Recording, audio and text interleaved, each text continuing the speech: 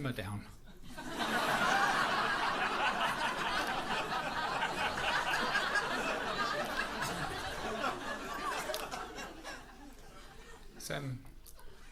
It's 33 years ago, but the words still haunt me as if it was yesterday. Excuse me, madam, you appear to have a ladder in your tights. My mother, a home-based shoplifter.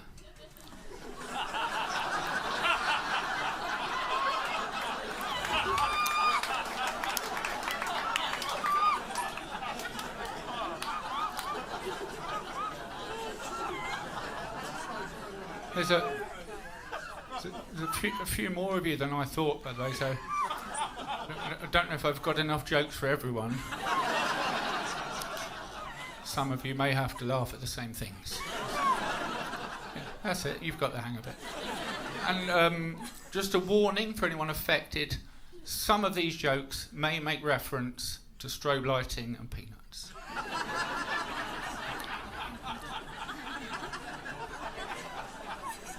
Now, a lot of you are looking at me and thinking, what have you got to be so cheerful about, John?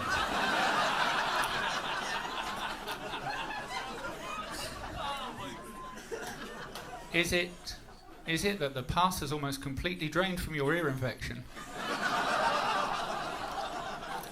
And you have never felt more alive?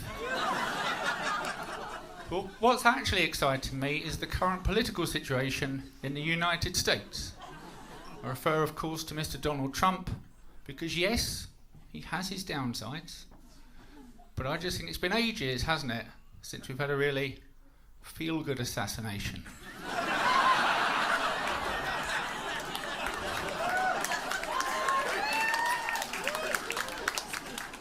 Just keeping it topical for a bit.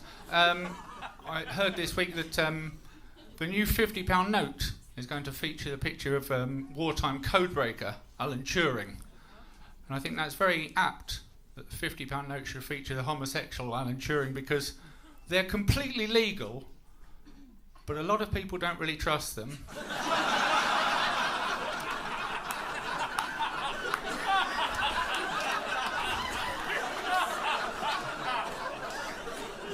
Some people won't even accept them in their shops.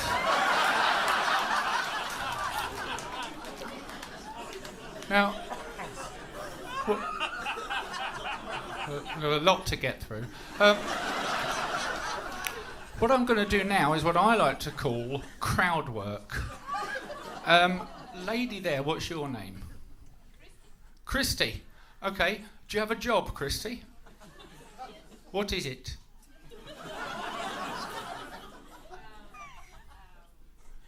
If you don't know, guess.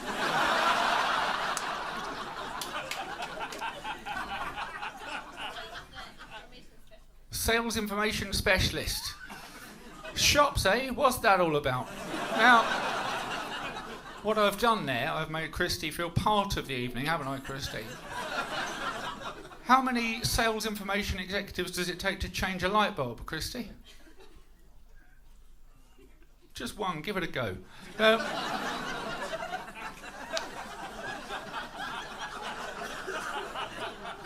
Going to move on now to some improv.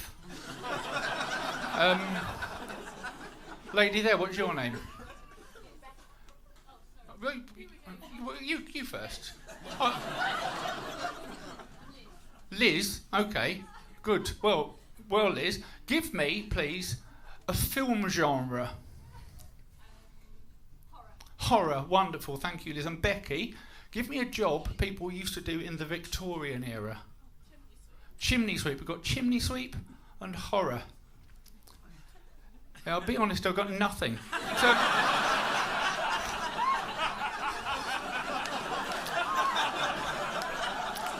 it's not as easy as it looks. But, you know, we had a go. Now, I have had a difficult couple of days. I was kept awake all last night by the sound of two foxes having sex. And I said to them, tonight you're in the spare room.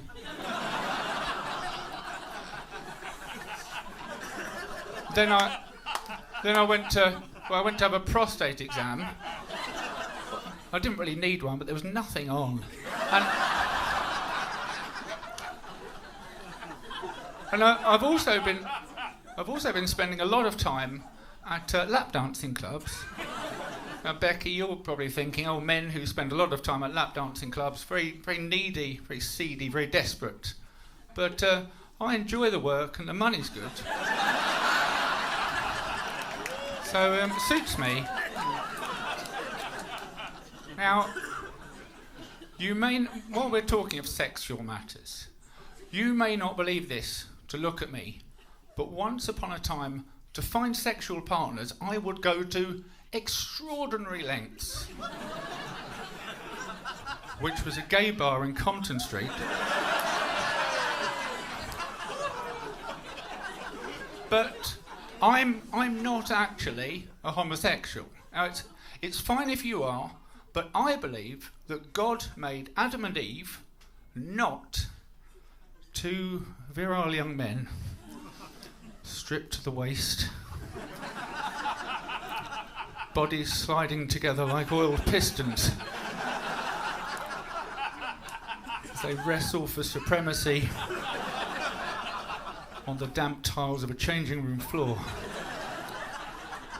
with an unspoken truth in their eyes. Called Steve. But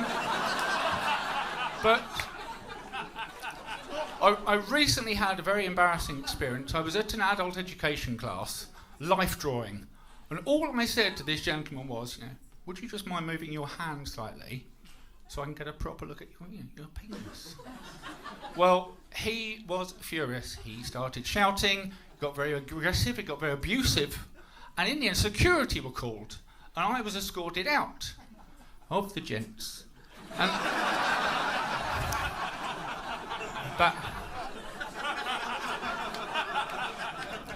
back to the main classroom. But I am 100% heterosexual. In fact, when I was younger, I actually converted a lesbian. So she's now a lesbian. So I'm just looking at my timer because I get bored very easily. But, now, I'll be honest, I struggle with women because a lot of them like that.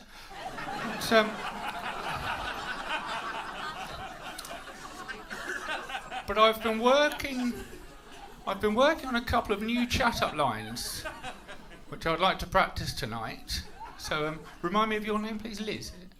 Yeah, you'll do.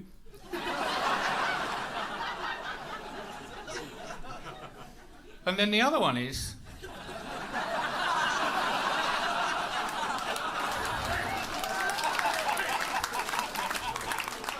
Now, Liz, I should warn you, it's been some time since I've had intimate carnal knowledge of a lady. Because even when my wife and I were still together, we'd reach that stage in the relationship where you wake up next to someone, don't you, and you turn over and look at them, and you start dressing them with your eyes. But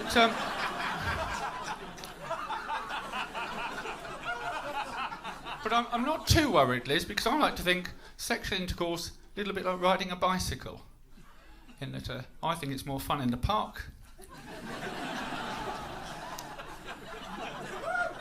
And I like to ring a little bell to let people know I'm coming.